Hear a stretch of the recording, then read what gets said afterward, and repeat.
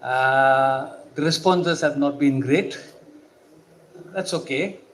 We wanted to give you a prize, but looks like nobody qualifies. So what we want to do is, the idea behind this interactive session is to make sure that everybody understands and interprets the proposed new regulation in a uniform manner. So we have put up of several questions, and we will go through the questions one by one, and we'll also ask you additional questions for which I'm sure you would all like to participate.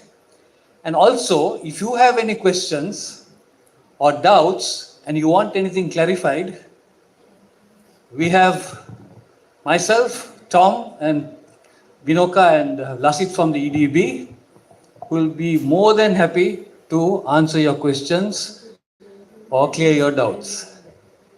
So the most important thing is this has to be interactive, which means you have to ask the questions. Because I don't think anybody has read the regulation yet. So I'm sure you must be wondering what this is all about. So let's make this interactive. So can we go to the first question, please? So the first question is, once published, how long does it take before the new organic regulation comes into force? Anybody answer that question?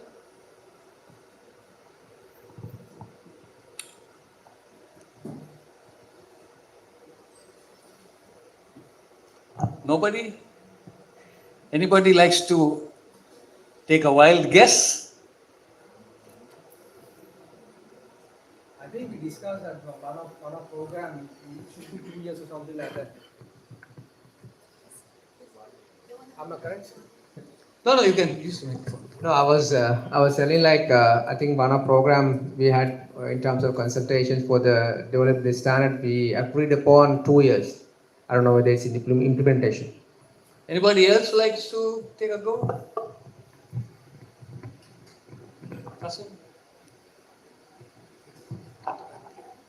We would like to have 2 years or more than 2 years, maybe 3 years.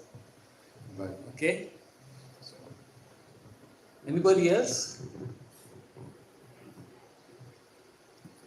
It's only the certification bodies are answering these questions. What about the producers, manufacturers, processors, maybe customs? What do they think? Yes. 1 year. 1 year.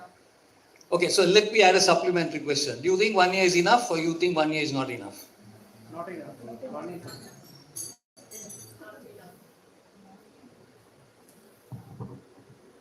Okay. Remember this, there are certain things which can be changed, certain things cannot be changed. The regulation itself, what is in the regulation may not be able to change. The only thing I think you can request is this. Maybe you can explain. Yeah, actually, we also believe 1 year is not enough. I think 2 years or 3 years we need to give. Well, what we have worked on contains 1 year. Because if it's 2 years, it's maybe misleading because you think 2 years is very long, but it goes by very fast. So what we have sent for the moment is 1 year, but we hear you that 1 year is not enough. But why is it not enough? Please feel free to express your... No, especially, I think we discussed this point before. One point is like, so mostly the SL organic guys are small scale fellows. So they need some time, not like corporates or big companies that who have the technical capacity. They have a big compliance team, all right, and they have certification managers, someone like that, and then they have compliance managers. So they have technical capacity with them. But in terms of small scale, especially the cooperatives, and there are so much of groups like organic producer groups, so they don't have that capacity. So they have to have at least 2 years to get these standard upon their fields. Let's not forget there is a standard. Yes, that's for the producers, for the processors. They need some time to get used to the new rules created by SLSI. But we have also new control rules. So that's for the certification bodies to adapt to both things, to the standards and to the control system. Certification, in terms of certification bodies, we don't have problem. Within tomorrow we can do that. We don't have problem. We have the technical capacity. But I'm talking about the producers, processes and all that, because even in organic producers who are large scale producers, they have the capacity. They don't need such kind of what you call extension. Yeah, okay, but we hear you. Tom, actually, I don't know whether we need to realistically talk about 1 year or 2 year or 21 days or whatever. But I think is whether our existing system is how far it is capable enough to deliver this. For example, they are dealing with existing workloads, and also we have to assess their capacity. How soon they can deliver this, because they have human resource capacity as well as other testing facility or whatever physical resource allocation limitations. So those things will be the decisive factors. Not the time factor will be also important. Otherwise, for example, if it is going to be more than 1 year, then again that UK or other standards, those countries will change their standards. Exactly. Yeah, so then, for example, especially, still even now, stakeholders have a lot of, inquiries or complaints against the service quality and, time of, faster, whether they deliver their results faster enough and those things. So then there should be some enough staff to monitor and do surveillance and all. So those, we need to be very serious on those areas, I think, as well as about the timeline. Yeah. Aruna. Just a gentle reminder, if you followed Ganesha's presentation, correct me if I'm wrong, Ganesha, SLSI standards are effective from 1st January 2026. So they are already in force. If you're being inspected now, you have to follow the SLSI standard, new standards. We're talking about the regulation. You want to change the regulation. So proposal is 1 year. So that's how it stands. But I'm sure Noku will take your views into consideration before finalizing. Excuse. As a point of view from a certification body, even the standard established now, there should be a transit period for the accreditation process. So that period for another, for example, for the management system certification, it is 3 years normally. But as this is a local standard, we can reduce that period. But still, the 1 year is a very, the 1 year period would be very tough job for the transition period as a certification body. I think even in the standard states, the conversion period is 2 to 3 years.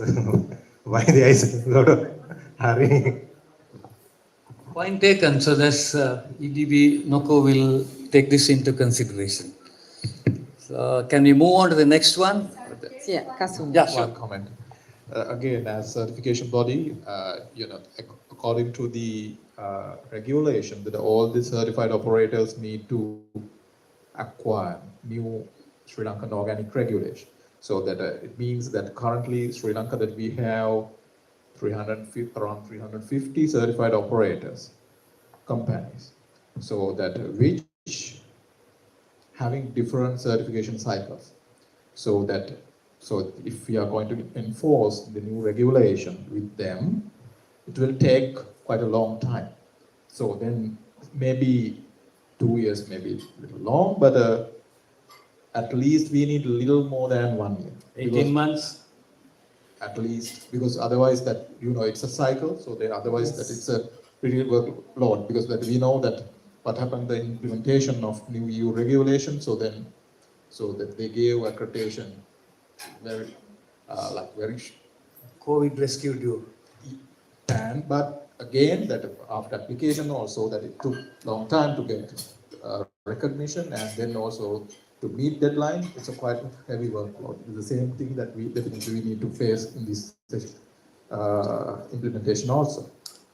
Yeah, thank you. I think that will be taken into consideration. So can we move on to the second question? Why don't you do it, Binoka? Okay. Who is or are the competent authorities?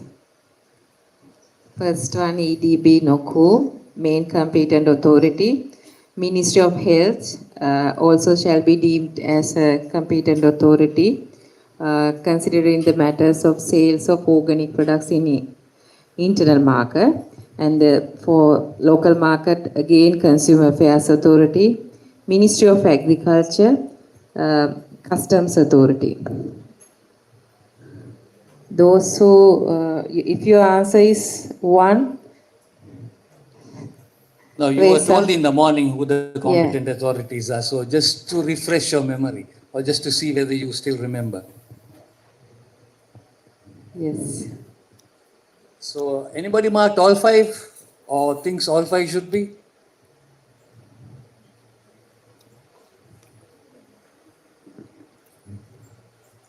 Feel free to express yourself. You can take the microphone and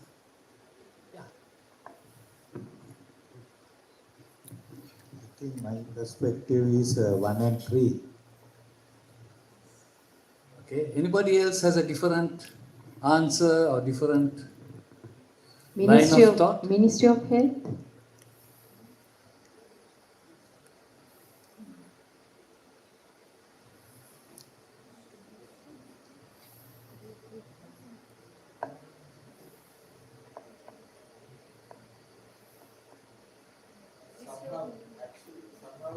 Are you reluctant to answer the question? No. Or Anyway, actually, we have a bitter experience, past experience that people have already fed about it. Due to this institutional pluralism regarding service provision, because people have to go here and there to that place and that place. It's a nightmare for people. So somehow the logic is there should be a single entity, maybe like a one-stop shop, single entity to get things done. But if some relevant authorities are there, somehow that main body should have the real authoritative power to command other agencies. I don't know. There should be sort of institutional mechanism, umbrella type institutional mechanism under that particular entity, common entity. Otherwise, we know already some people, some authorities have some sort of, arrogance and some other things. So then, the main body has to wait for their consent. We don't have that such sort of acceptable level of teamwork. So that then there should be one body adequately empowered. Maybe at this stage, it's useful to see what you think of what is the competent authority doing, or what is it supposed to do, before we put a name tag on somebody. So that may be different for all of us.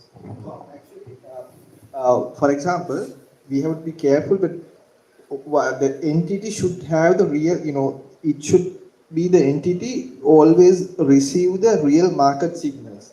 So they are the authority having direct market interface, like always they get the market feedback. Otherwise, other entity who is not working directly with the markets don't receive the real market feedback and then directions or signals. They cannot do that. This Very is good. real market affair. So we have a legislation. So this is public law for Sri Lanka. Therefore, we need public institution to be responsible for application of the law. So that has to be an authority.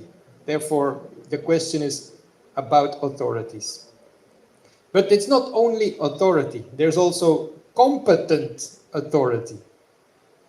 What does that mean, that word competent or competence? Because that's what it's about. Difficult question. We are coming with a new system. No, put it in a different light. Supposing you as a consumer or customer of an organic product feel that you have been cheated, would you not want a place where you can go and complain other than the courts?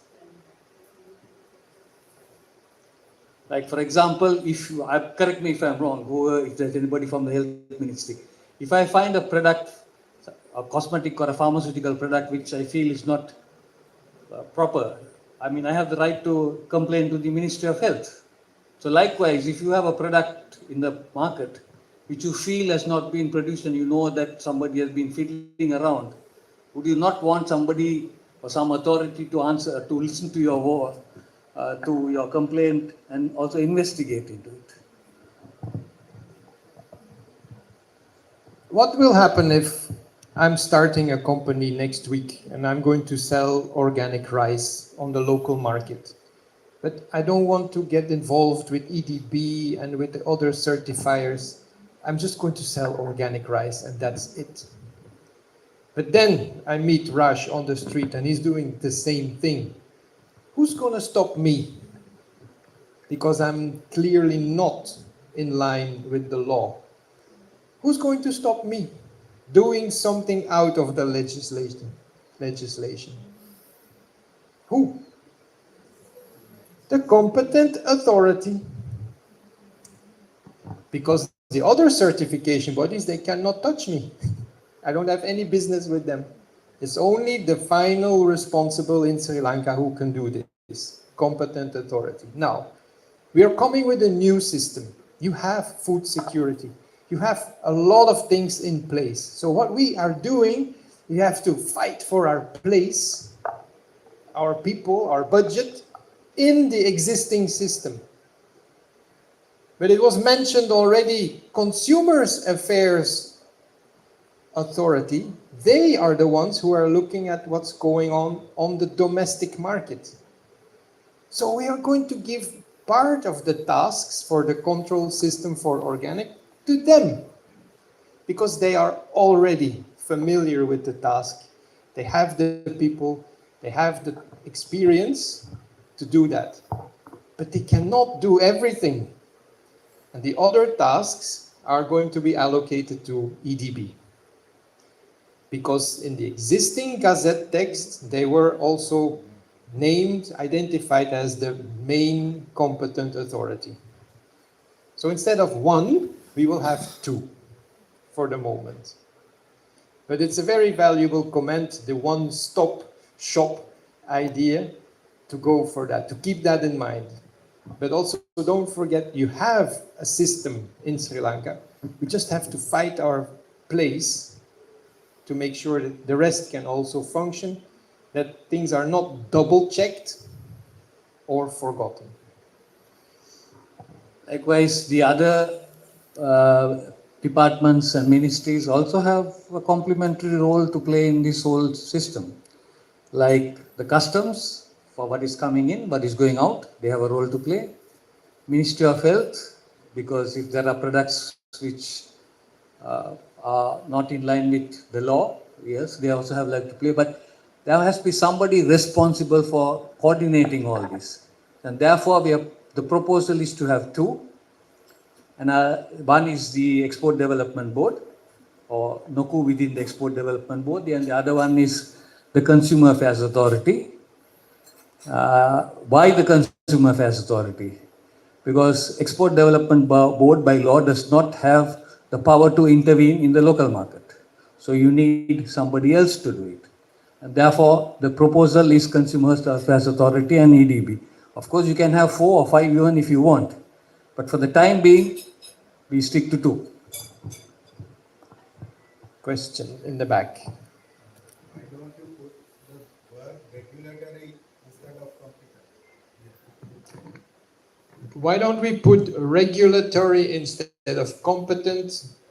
Because we have looked at the way the control system is organized in Great Britain, and they have used the word competent. If you prefer regulatory, not a problem for me. It's a question of words, so it doesn't make a huge difference. It's the functions of the authority or body that's going to matter. Thank you. Move to the next question, or anybody else has any? Maybe very briefly to explain why the other options have been put there, because we would like the discussion. The Ministry of Agriculture is also in the list, but we have not identified the Ministry of Agriculture as competent authority. It's a bit strange, no? You talk about organic agriculture and the Ministry of Agriculture is out. This is just a choice. But there is a clear link between all these governmental bodies, because we can only certify organic farmers if they are farmers. So they have to fit in the national system as a farmer. And therefore there will be talks and links with the Ministry of Agriculture to make sure we are not certifying people as organic farmers when they are not known by the Ministry of Agriculture as farmers. And the same for the processing. There are basic rules about food safety. That comes first. And in addition, they can have organic certification. You cannot have organic certification only. Again, this is part of the bigger system that you have in Sri Lanka.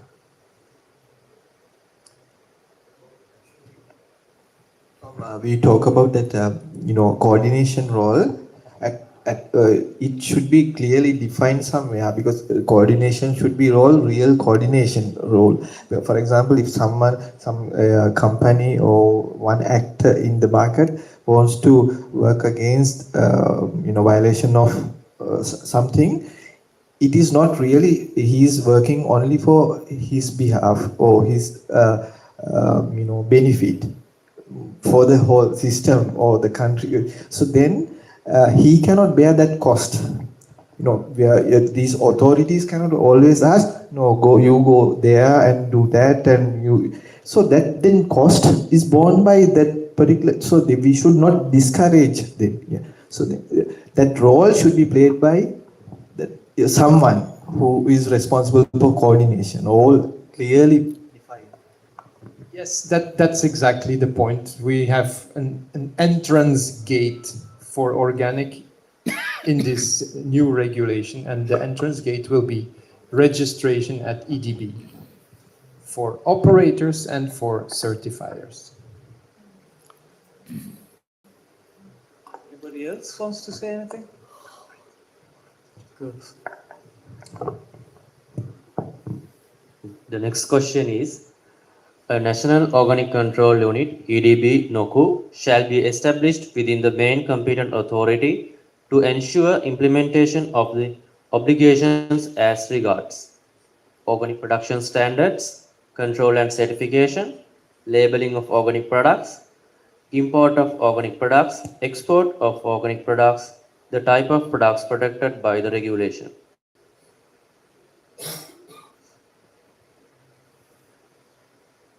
What are the answers? First one. What are the possible answers? I mean, it could be all, it could be only 1 and 3, it could be 3 and 4. There's nothing to test your knowledge, it's to make sure that everybody understands the system correctly.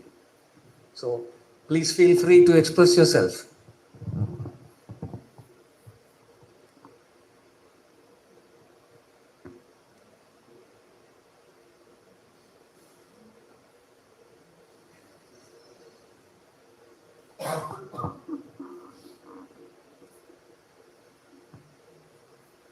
We will say all of the answers.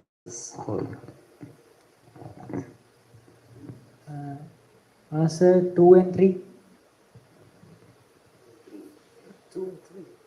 Control and certification and labeling of organic products. Any reason why you chose that? If you would like to share the reason why you chose that.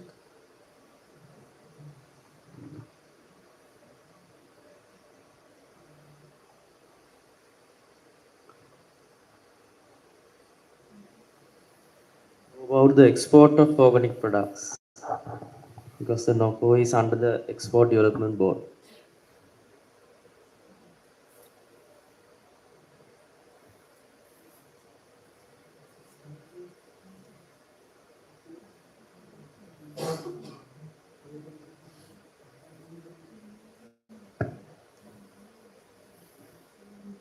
Any other clarification?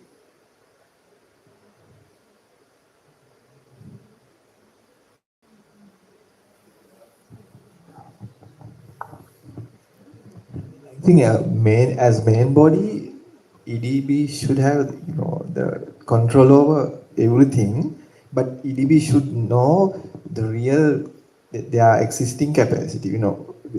Having limited staff and other resources, maybe the umbrella type of involvement should be defined, not going deeper and micro level. As well, not losing some task or responsibilities.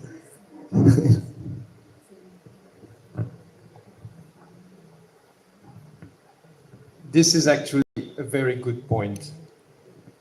EDB NOCO will deal with all of those things as a final responsible. But, for example, the second, control and certification, will not be done on field by EDB staff. Because of what you mentioned, there is unfortunately no capacity for doing this. Does it mean that the ones who are going to do it, SLSI and the private certification bodies, that they are free to do as they want, whatever they want, whenever they want? It's a yes or no question. So is that the case? It's not EDB who's going to do it, but the other ones, are they free to do it, whatever they want? Yes? Who says yes? Nobody? So everybody says no. And that's the case. So EDB, with this new regulation, has laid down rules for control and certification. What is one of those rules? It's not a change, it's already the case. So maybe you can already cite one or two things that have to be done by private certification bodies, by control authorities, for controls and certification. What has to be done? I'm a little wondering actually now when you say NOCO EDB is the main competent authority, can it itself be a certification body as well or not? Am I wrong or what? What is your understanding about that? When you talk about the control and certification means somebody, so CB has to issue a certificate against. So if they become the competent authority, isn't it a conflict of interest kind of a thing? To repeat the question, if I got it right, can EDB NOCO also do the controls and do the certification in principle? Yeah. They cannot directly involve for the certification, that might be the conflict of interest. But what they could do is they could work with the other relevant entities and they could check whether the certification bodies have taken the necessary accreditations or approval from the recognized international entities, maybe the SLAB body or the other international agencies. So that kind of check code scrutinization could be done. Otherwise, yeah. So it has been discussed, and the choice is that EDB NOCO is not going to be involved directly in the control and certification activity for several reasons, not important now. So the alternative is to hand over this workload to the other parties who are interested in this. And there are two kinds of parties. We remain in the public governmental services with the control authority, but we also have given the possibility for private certification bodies to do this work. And yes, they will ask to be paid for this, not free of charge.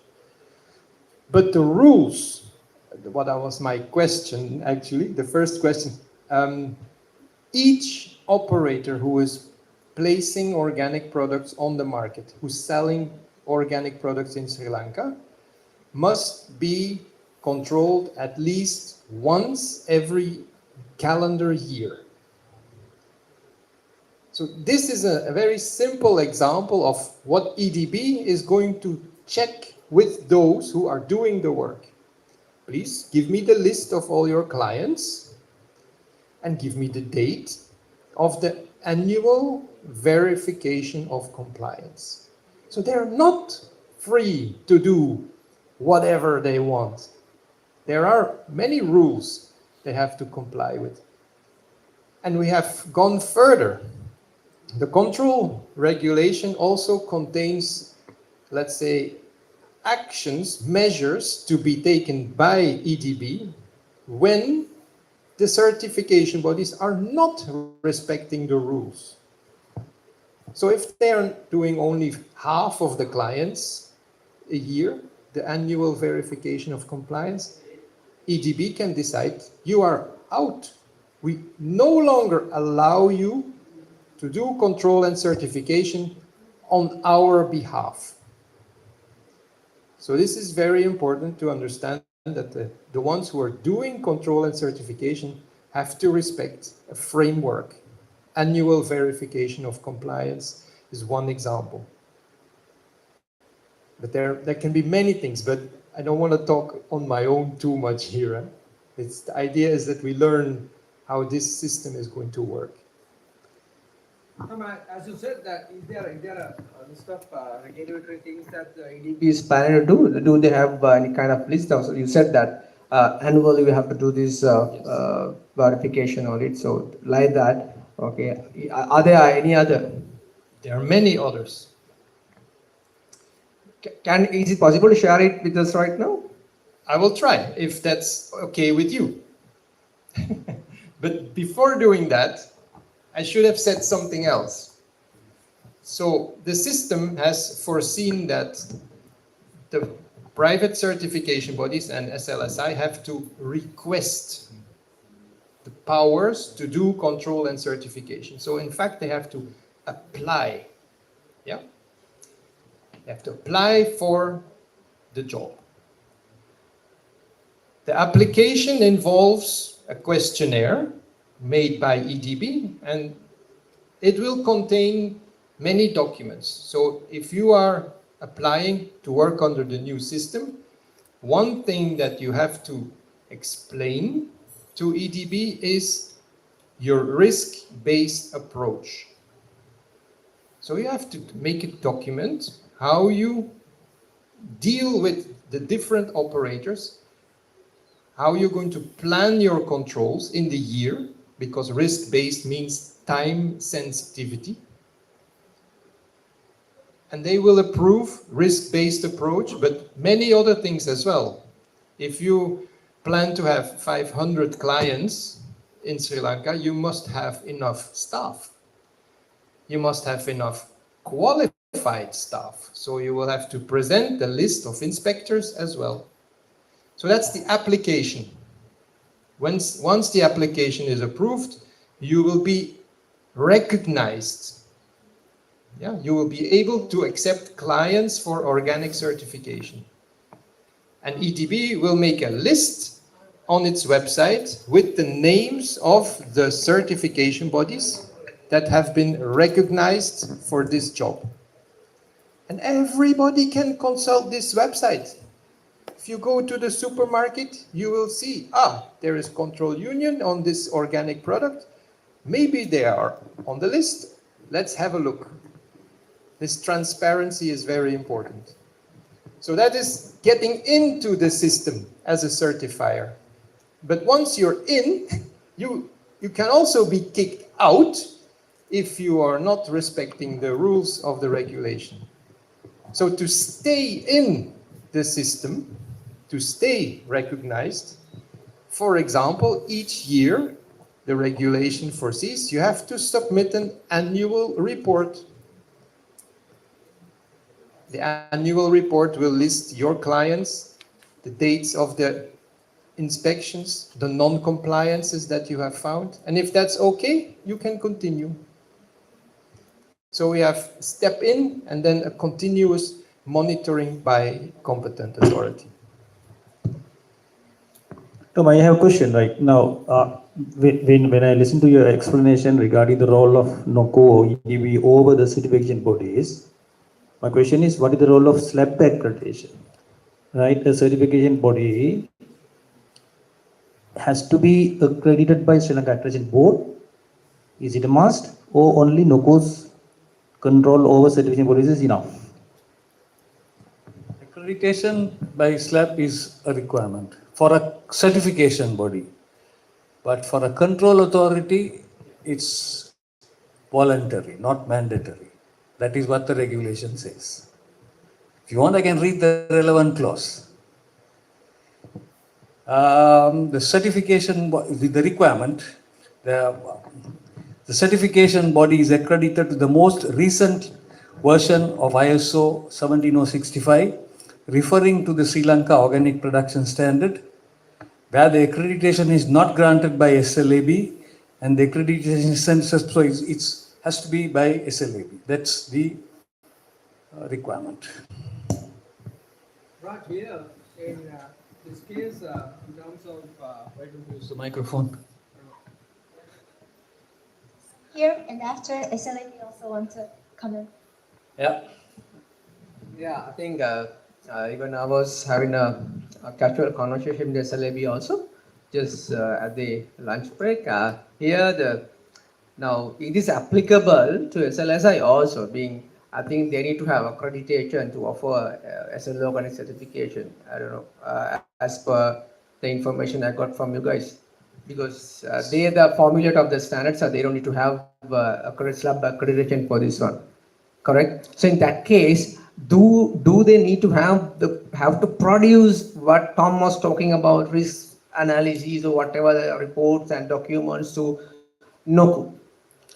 Okay. The difference is NOCO has the power to confer or to delegate. So you can only confer your powers to another public authority, and you can delegate your powers to a private certification body. So in this case, NOCO will confer its powers to SLSI, and it's voluntary. If SLSI wants to, yes. If it doesn't want to, it's also okay. So if NOCO decides, yes, it's mandatory, so be it. But in the case of public authorities, it is not a requirement. But in the case of a private certification body, yes. So being a public certification body, Can you use the microphone, please? yeah, okay. Being a public certification body, how NOCO gonna ensure that they have the capacity and the technical competence to do this one? Well, they also have to make an application. So they also have to follow the rules like anybody else, except that they don't have to be SLAB accredited. So they also have to have the That manpower. means except the accreditation, they have to follow all other rules. Yeah, so they are and they're Yes, also of responsible to Parliament, right? SLSI. And the annual report is also for SLSI. All this all the same. This we have put in the regulation that control authorities may be accredited, because also again the history is from the European context. There is no obligation for control authorities to be accredited in Europe or in the UK. So we started from that and took it over. Yeah. Yeah, so as the national accreditation body, SLAB request through the regulation, it should be promote the national accreditation. So the Sri Lanka Accreditation Board, true, and it has been in the what is the current applicable regulation as well. So now we are moving from the current regulation and towards to another one, but as the government body, yeah, it is a government body, but certification is done by a separate. Also done by the government body. Also done by the government body, but a separate division. Yes. It is also a certificate, but in terms of clients, in terms of operators, what if he want to export and the buyer requests accredited certificate, then he will move on to another private certification body which is accredited. So it will be a discrimination to all. What I say is, what our organization says, it will be a discrimination to all, I mean for the operators, for the other certification bodies, even for the regulator. I mean from the regulator perspective, it cannot, whatever the regulation cannot be discriminated to anybody. So that's our accreditation body perspective. So, So you are saying that SLSI also should be accredited? As a certification body, it should be accredited to. So but it's also a government institution. Yeah. So imagine the situation tomorrow. It has been in the other countries as well. So the countries, the government body, even for example, there are South Asian countries, the government handles certification body and accreditation body, but the certification body takes accreditation body accreditation from the accreditation body as well. It is not, I mean, we are not aware of any kind of thing where the government body has deviated from the accreditation.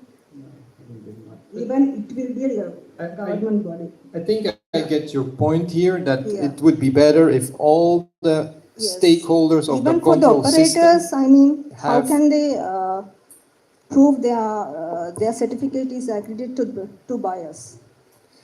Well, we can't. I fully agree with you that this would be ideal. All the bodies doing control and certification comply with the 17065 standard. Yes. That's clear. European legislation does not impose it. I can show you if you want, but it's not the point here, because especially what we have heard several times is that SLSI has no problem in being accredited. Yeah, that's right. So it's a bit a non-discussion, this not thing here. SLSI, what is the control authority? But another government body become a control authority, and it doesn't want to be accredited. So there are many government bodies which are not accredited. In that context, I agree. In terms of that, there will be a very discrimination, conflict of interest as well. I think there is still time to change the word may into shall, and it has been before, but I don't know what it's. Yes, I fully agree with you. I will put it on the notes for follow-up, and we will take it along.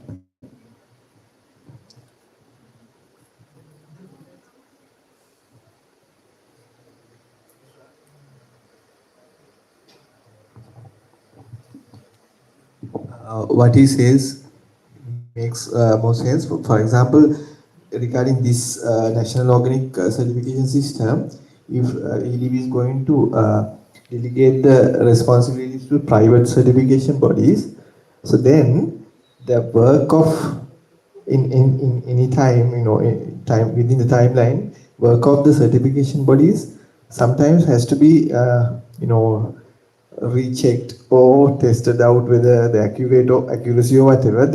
Then what she says is maybe applicable, because then the SLSI or any other state agencies has to do that part.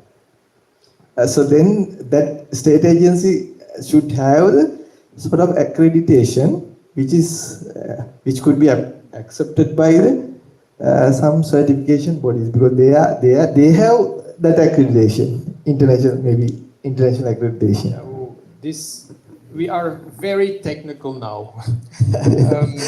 I don't know if everybody's still with us, but when we talk about accreditation, we have the 17065, which is mainly focusing on impartiality, on confidentiality, and competence.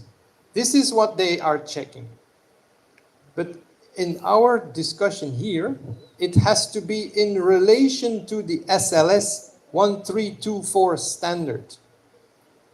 And to my knowledge, today there are very few, maybe zero, private certification bodies who have 17065 accreditation for the local standard. So that will be the new requirement. 17065 accreditation for EU is something else. Huh? That's not what we are talking about. We are looking at this competence for the national standard. But again, this is very technical.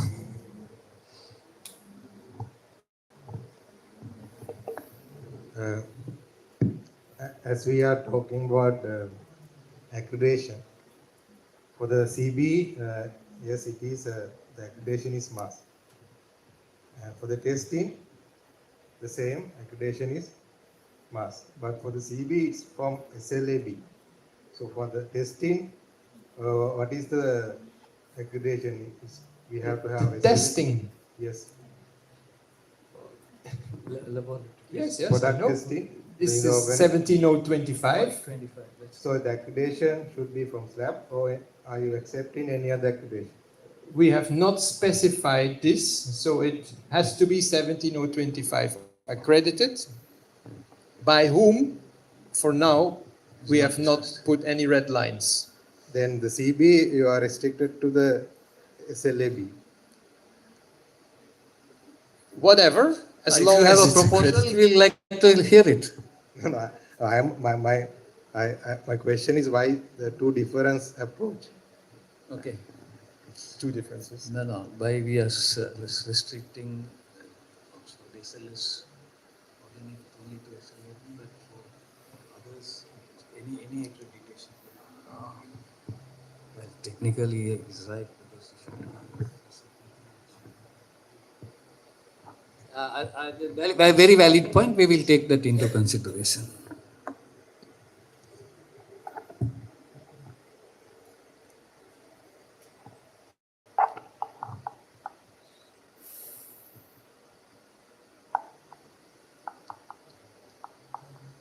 So the answer will for 12 will be all. Shall we go to 13? Yeah. Anybody likes to volunteer to answer 13? Have a go, come on. I said you should be talking and I should be listening, but it's the other way around now. Come. Somebody take the initiative.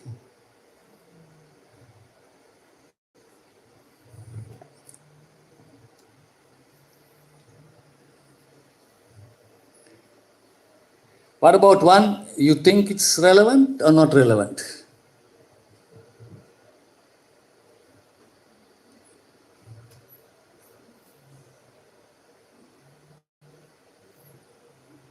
Out of these five, which would you... Question is, what is the product scope of the new organic regulation? And these are the five answers. So which is or which are the correct answers?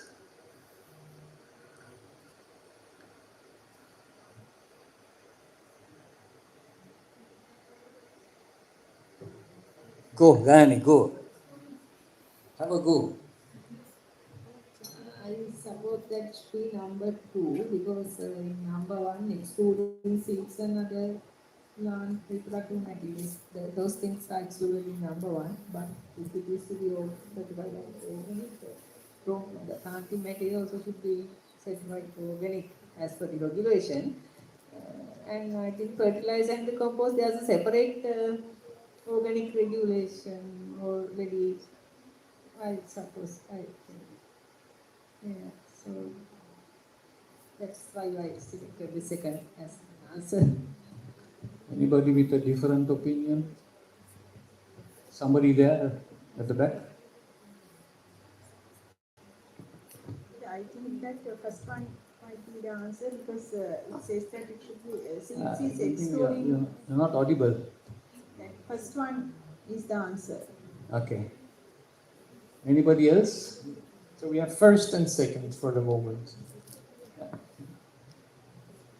Somebody else on this table, for example?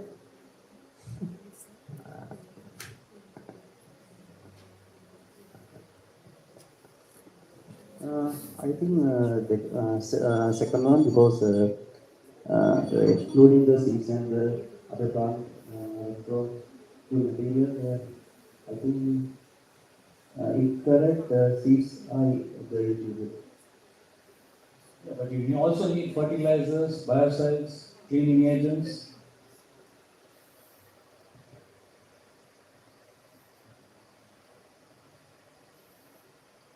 So far the answers are 1 and 2.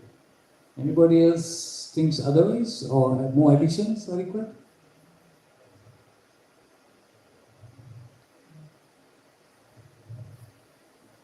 No. Answer is so the answer would be 2. Yes. Only 2. Because if you listen to Ganesha's speech in the morning, the compost and fertilizers are excluded from the SLS high organic standards. That does not mean that you cannot use. The certification bodies will approve products as inputs for organic agriculture and they will follow the rules.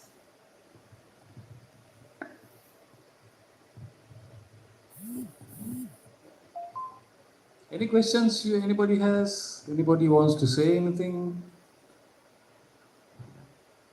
Well, somebody should ask why is compost excluded? Why? Yes. And the word scope, it comes also from the regulation. We have also adopted this. So I'm going to ask the question differently. In 2027, imagine we have this regulation published, standard is still the same. I want to sell organic compost here in Sri Lanka. Organic compost. Do I have to apply to a control body recognized by NOKU for the Organic Agricultural Production Scheme? The answer is, you say yes. Who says yes as well?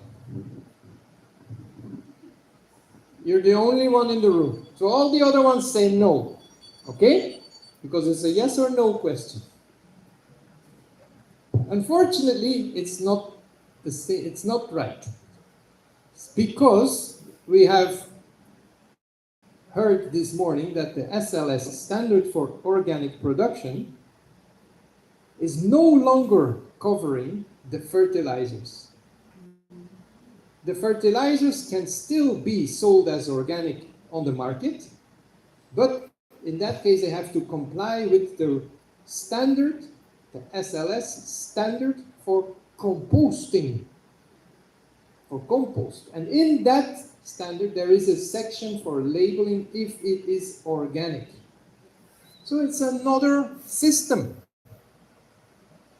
What we have designed now for the agreement with the UK covers products which are listed in the second line. Agricultural products, coconut oil, which is a processed product, which can be used for human consumption, but also agricultural products that we do not necessarily eat, like the seeds. And all the rest is something else for control and certification. That's what this word scope means. So organic, the word organic is protected by this control regulation if the product is an agricultural product, including plant reproductive material, seeds and other plant reproductive material.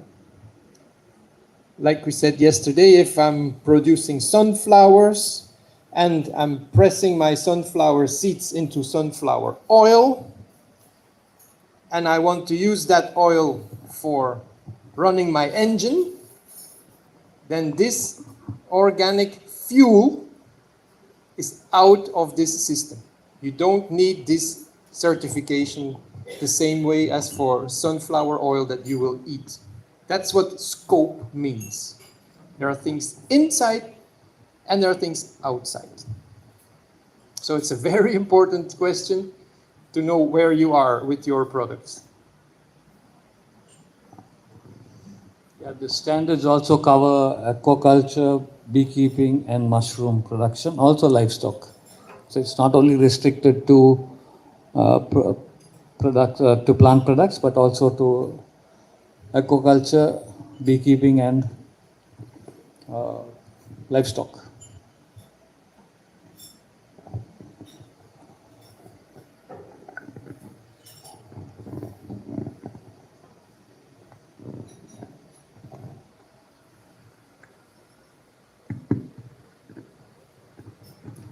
Number 14. Yes.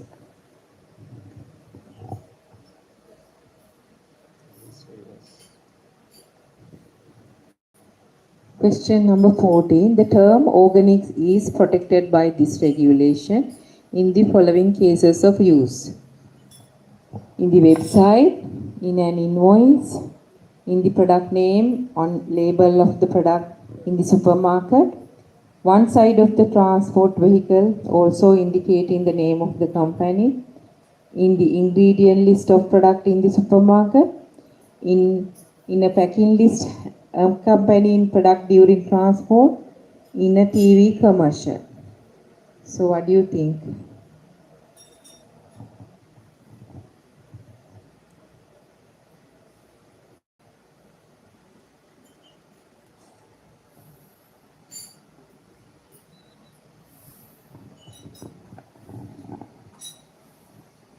Maybe an easy one to start with, because some are indeed not very easy, but there are some possible answers which are easy. That you should, when you walk out, you go to your wife or your husband this evening, this is something that you should be able to re-explain.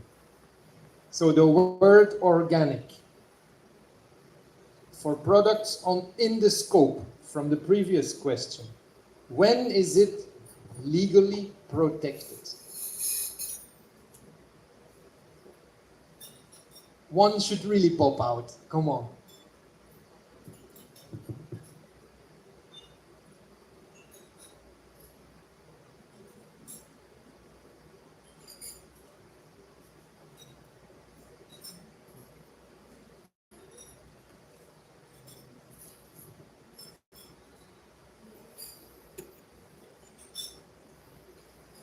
If you see the word organic on cashew nuts in the supermarket and it's not organically produced, is this okay or is this not okay?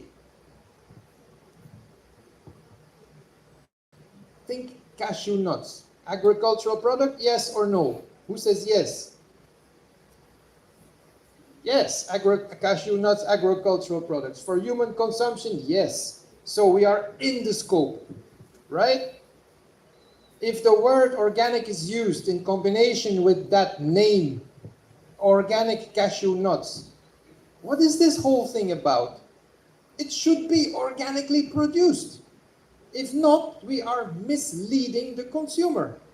That's why they've paid me to come here, that this is not going to happen anymore.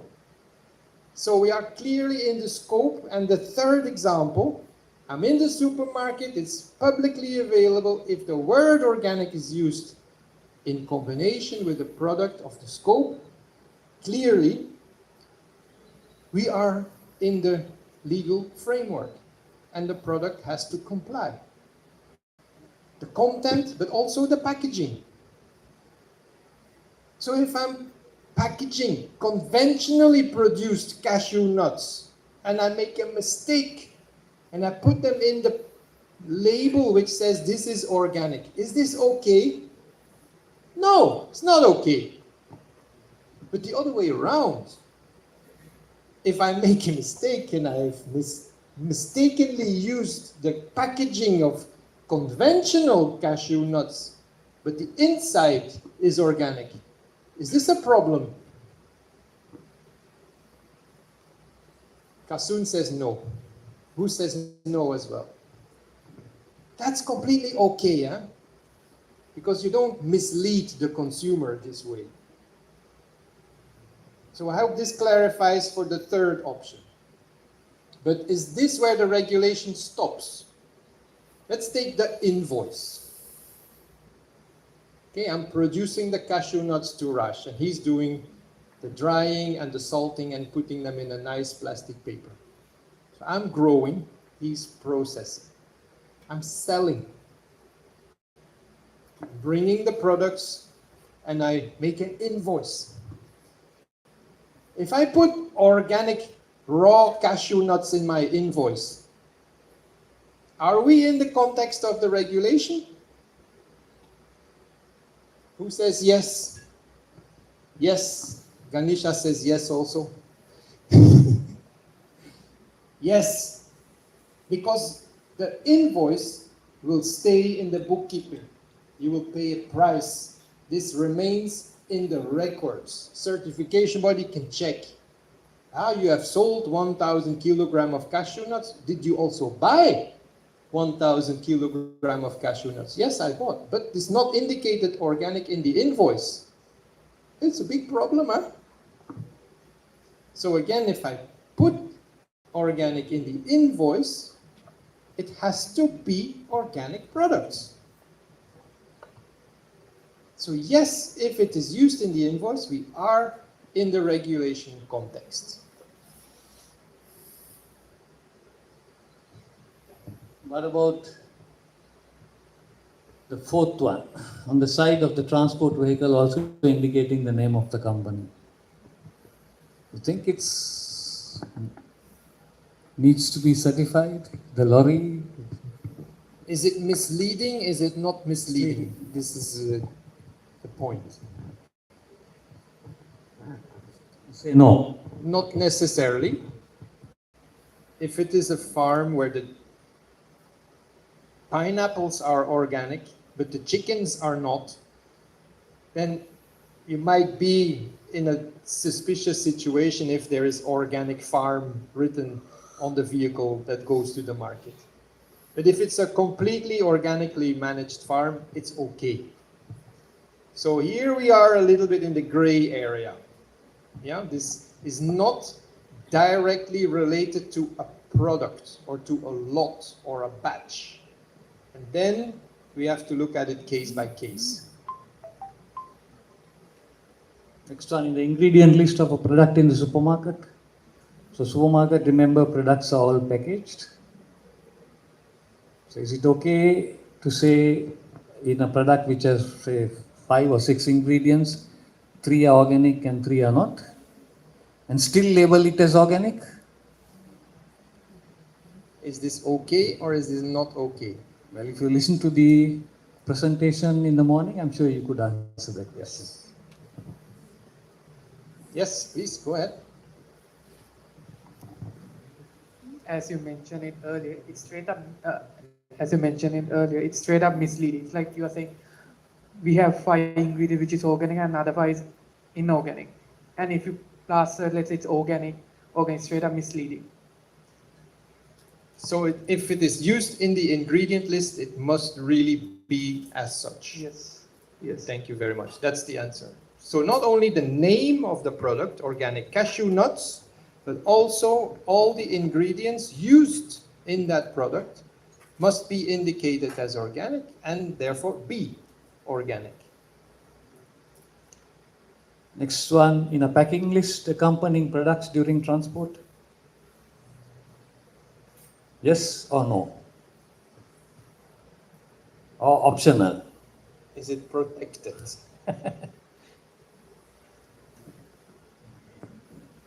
Yeah, it's like the invoice, so it should carry the, yeah.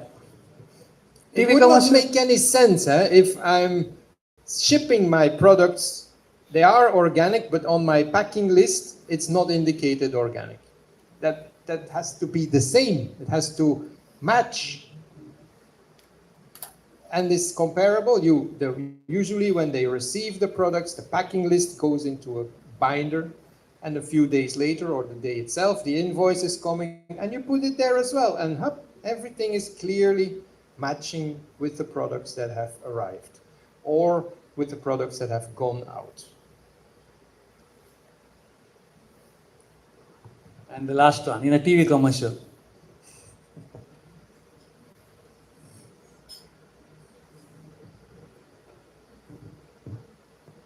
I'm sure all of you watch TV.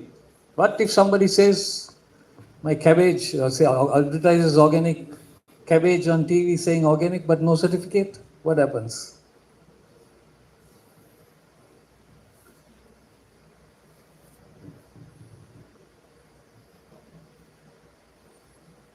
It's at the company level, so it's comparable with the vehicle. Therefore, case by case, but it can never be misleading. Okay, if you put commercial on TV that you have organic baby food now for your little children, it's very precious, but it's not complying with the rules for baby food, it cannot be accepted. This kind of commercial should be stopped. That far the regulation goes. There's a problem actually. Once I was in a sort of workshop, there was a consultant, legal consultant, and who talks about this marketing, TV advertisements and market advertisements. This I don't know whether it's up to what level that his explanation is accurate. He said that to certain extent, TV commercials or advertisements are allowed to do some wrong type of expressions. So no one can take legal action against those things. Yeah, he mentioned one legal term for that as well.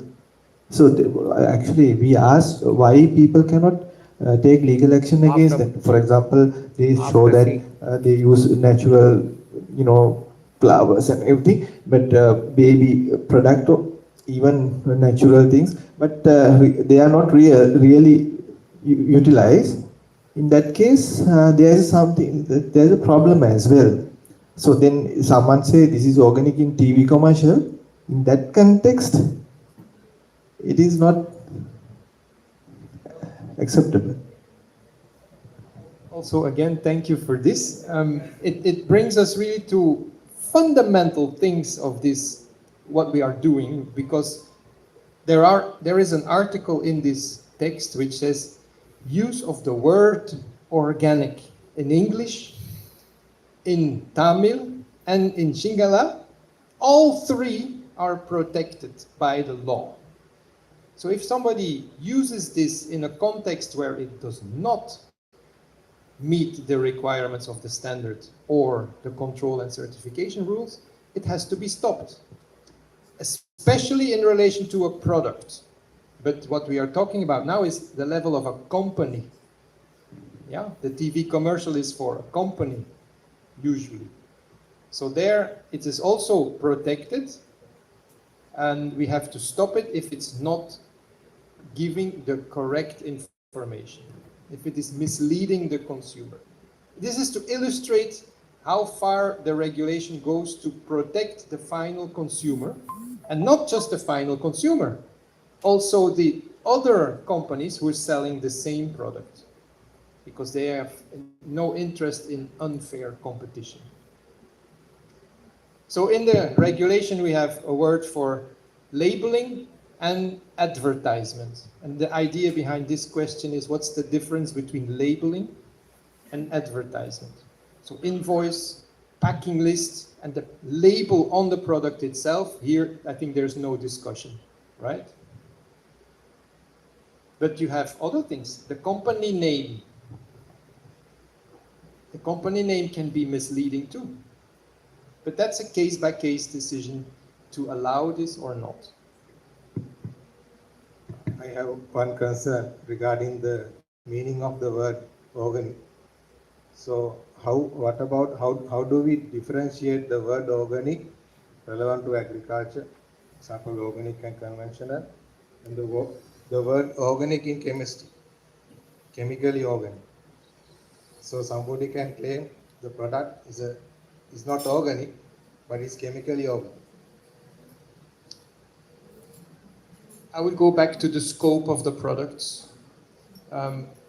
You have organic and mineral products, for example. If it is a clay, this is not going to be labeled as organic. The food, let's say chicken, is Chickens. organic chicken. Yeah. Chemically organic. In chemistry is organic. Organic chicken is regulated by standards. Yes. Yeah, how could we differentiate that? So there is the use of the logo and the word organic together. No, it's not organic,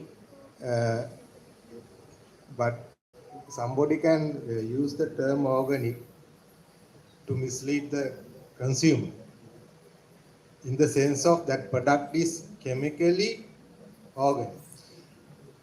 Organic means carbohydrate, protein.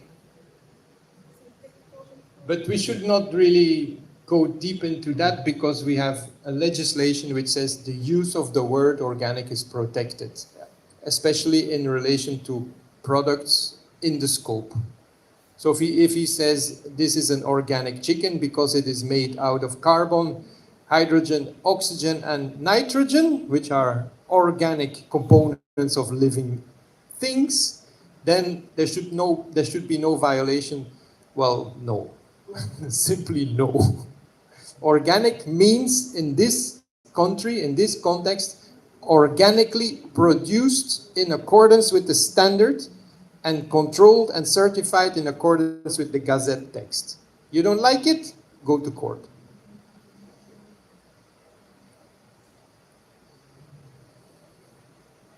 The next question, number 15. Every operator in the organic agricultural sector in Sri Lanka comply with the most recent version of Sri Lanka organic. Is it should, may, or shall?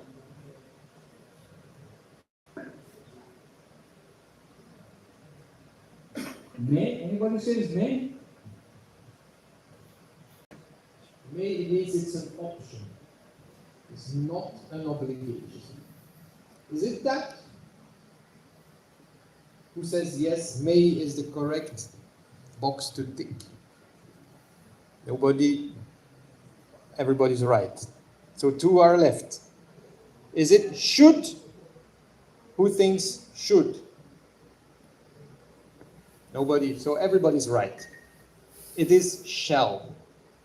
So this is the second thing that you can tell your wife when you go home, or you can tell your husband. If you're reading such texts, it's very, very interesting to focus on the word may and shall. They're used a lot in these regulatory texts.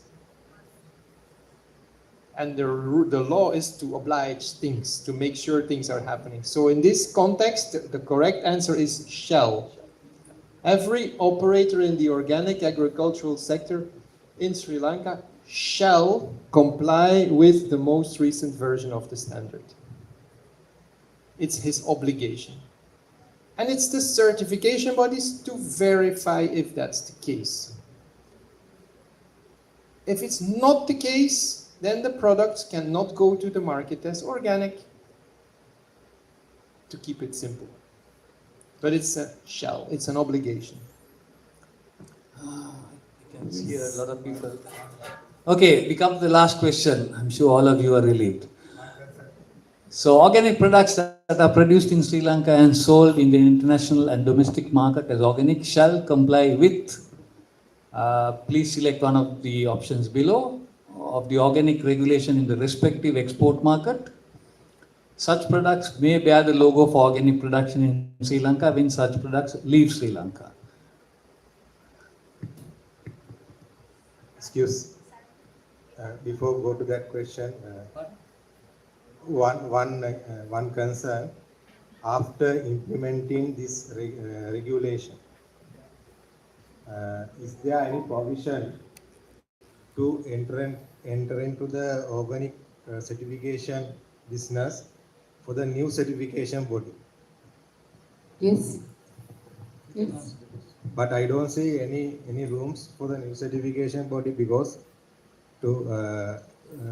if new certification body come into the organic market, that CB should be registered under NOCU. Yes. To get that registration, that new certification body should have accreditation from SLAB. Yes.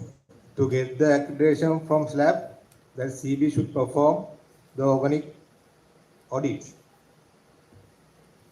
But to perform the organic audits, as that new CB not recognized under NOCU, there would not be any operator want to get the certification from that new CB.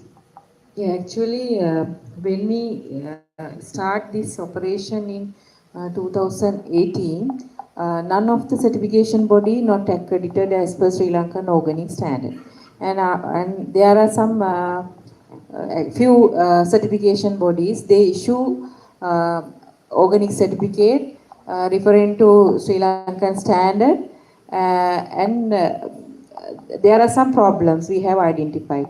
Even SLSI also not accredited, and they issue certificate. At that time, we requested publicly. We requested from everyone and certification bodies to get the accreditation. Currently, we have 4 accredited certification bodies: Control Union, Sri Lanka Standard Institute, Index 4, as well as the CSAT. And I think most of the time for CBs, NOCU assists them to get the accreditation, finding clients like that kind of thing. In future also, actually we need to increase the number of CBs for this standard, not only this standard, even the international certification also. We like to have more certification bodies in Sri Lanka. But the thing is, I don't see any demand in the market because the NOCU want to get the NOCU registration. Yeah, no, actually, Aruna, now we are going to mandate this standard for all the organic stakeholders, and also government will go today's morning. If you hear our minister's speech, the government develop organic corporates to increase the supply chain. Also, from the NOCU budget, also we have an allocation for to develop supply chain and increase the certification. And one component is assist Sri Lankan organic clusters as well as the individual companies to get the Sri Lankan organic standard. Actually, currently around earlier we had 85. I think there is a little bit decline. We have now, I think, 60 to 80 client bases.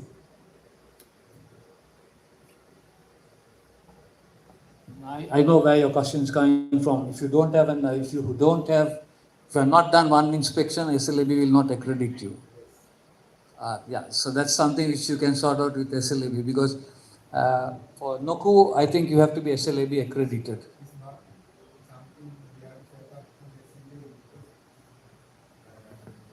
There should be a client to be certified. Yeah. So he will look at the regulation. So according to the regulation, he don't want to go for the certification body which is not registered under NOCU.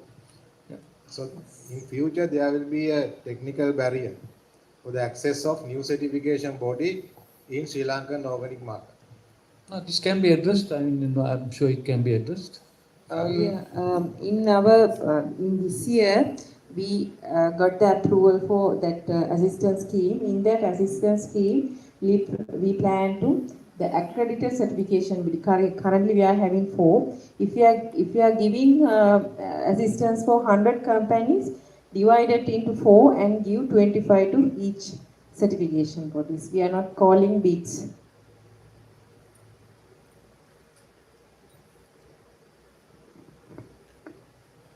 That is good news. But my question is something technical. The question is different, but he says if the new certification body is to enter Sri Lanka, the requirement is it has to be SLAB accredited. SLAB will not accredit you unless you have a client. So it's which came first question, carrot, the egg, chicken or the egg? Well, maybe I can bring in a solution from Europe, because this is a problem everywhere.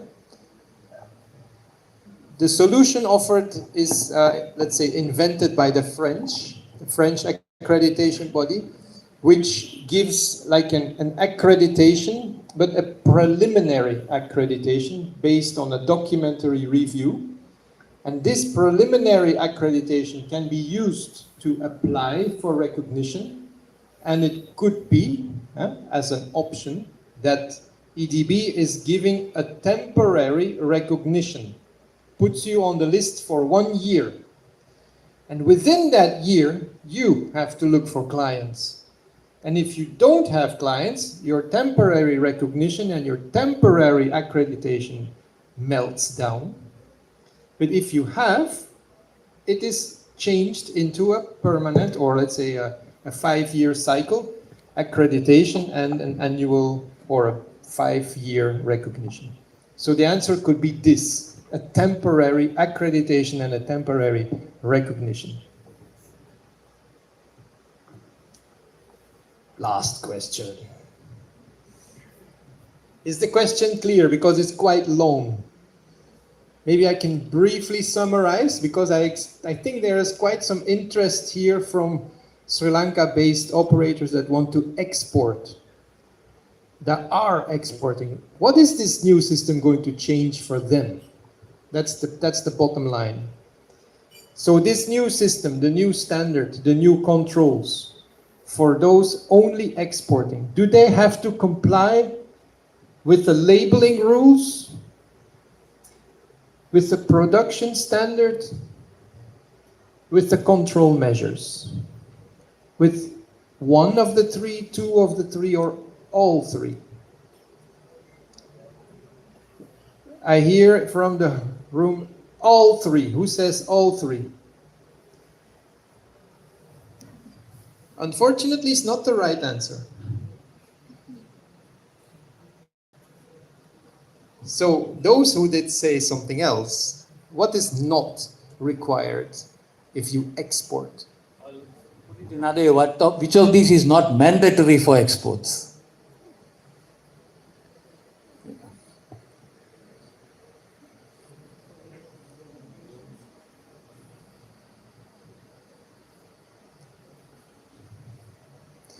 Maybe the question leaves some margin for discussion here. Yeah. I was in the trade agreement context.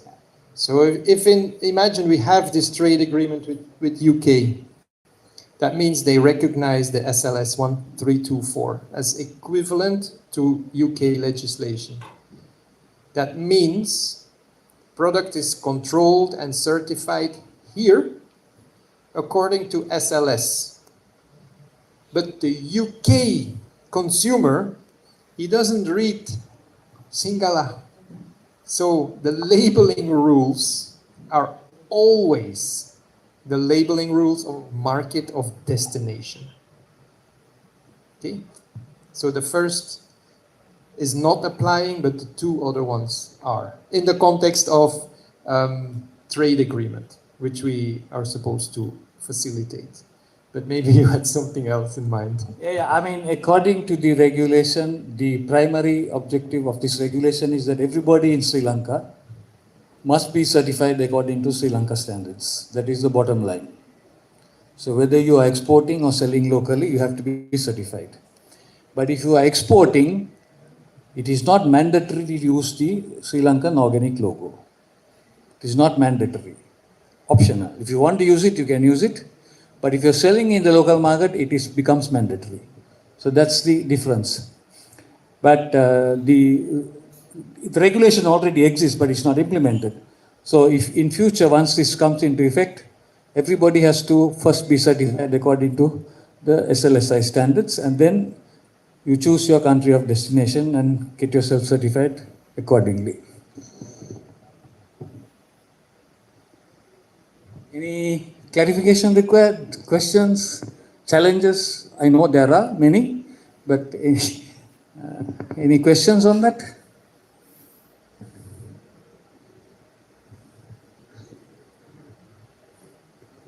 Okay, then the last one is a request. Please share your 3 takeaways from today's workshop so that future workshops can be improved. And any more questions? Otherwise, we can break for tea.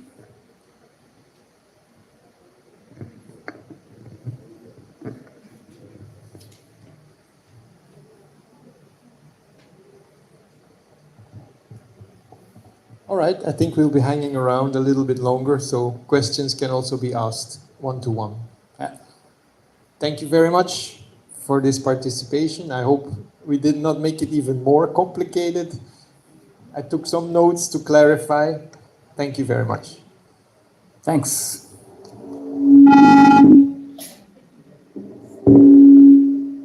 Thank you very much to all our dignitaries, and thank you very much for your active participation as well. And now to propose the vote of thanks, I would like to invite the Assistant Director, Sri Lanka Export Development Board National Organic Control Unit, Ms. Vinoka. I'd like to invite you to do the honours.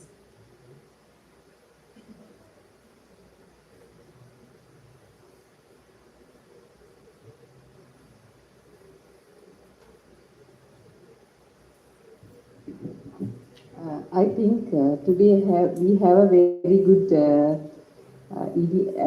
not only the initiative or discussions regarding what we have done during last 2 years to change our national organic regulation, and we have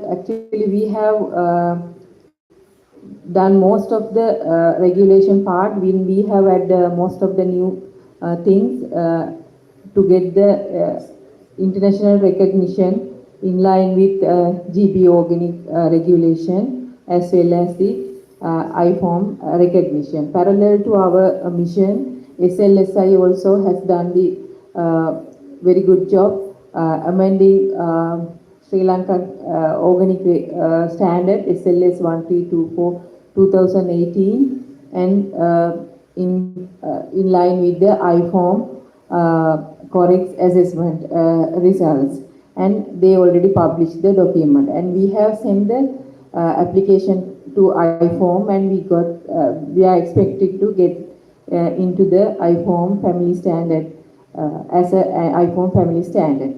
And that this regulation also, now we had a dialogue with Department of Legal Draftment. So I think today those who participate this program, you are having an idea what we have done and what going to be in the future of organic Sri Lankan organic. So to delight our occasion, I would like to thank Her Excellency Ms. Teresa O. Mahoney, Deputy High Commissioner to Deputy British High Commissioner to Sri Lanka, and also Honorable Mr. Chaturanga Abesinghe, Deputy Minister of Industries and Entrepreneurship Development, on our Chairman Mr. Mangala Vijayasinghe, our EDB Director General Mr. E.L.K. Disanayake, and also Director Legal Ms. Takshila Vijayawardena, and from the government, other government institution, Director General SLSI Ms. Dr. Mrs. Siddhika Senaratne and Ms. Ganesha De Silva, and Ms. Sandhuni from SLAB, and I would like to thank all other government institute representing Department of Agriculture, Department of Export Agriculture, Sri Lanka Tea Board, Sri Lanka Customs, like that. And not only that, certification bodies, always they are with National Organic Control Unit, all the certification body members and our donor agencies like UNIDO, other NGO sectors, and also the National Organic Control Unit Advisory Committee members, and all the exporters, processors, farmers, and other institute who is doing organic activities. And finally, I would like to give a big thank to ITC UK Trade Partnership Program, Ms. Udwal, and our international consultant, Tom Nazir, and our local consultant, Ms. Murugaya Rajasingham. During past 2 years, you are with us and assist us to develop our organic regulation and get the mutual recognition with other international standards. And also I would like to thank my director, Mr. Janak Badugama, as well as our EDB team. Without you, we cannot make this event success. So finally, I would like to thank everyone who participated this event, and we will implement good organic agriculture system in Sri Lanka. And finally, using our Sri Lankan organic standard, we will try to export our products into the export destination. Thank you.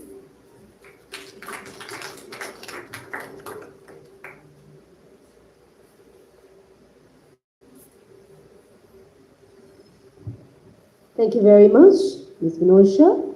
And once again, on behalf of the organizers, I'd like to thank everyone for your active participation. I'm sure you had a very fruitful day. So I'd like to invite you for refreshments, and thank you once again for being with us.